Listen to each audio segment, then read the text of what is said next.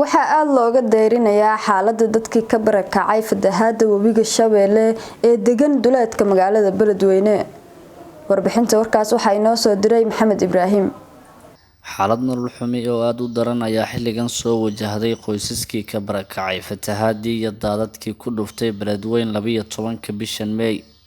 dadka oo badankood deegaansaday deegaanka Ceel Jaalle ayaa ku sheegaya markii aad la hadasho inay u baahan yihiin gurmadyo, hooy, raashin, biyo, caafimaad iyo lacag.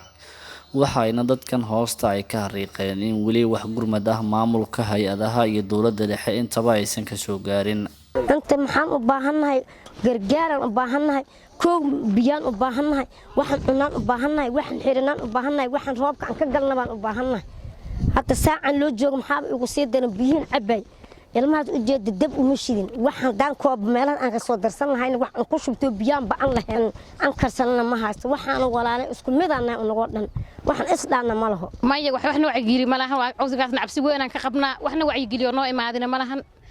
way qoyskaada meeqa carruur ka kooban yahay tabana ka kooban yahay qoyskaygu marka wax noloshooda ku maareysa ma haysan waxaan noloshooda ku maaray ma hayno meelaheena iska joogna xaafadaha iska joogna iyo meelaha iska aadna iska soo warwareegna hadda wax soo waynana waa iska joogna haddaba ina wax walba nalaga soo geersiyo aan u baahanahay waxa idin ku dar waxa noogu dar masquul horta aan loo keeno biyihii la cabay aan loo keeno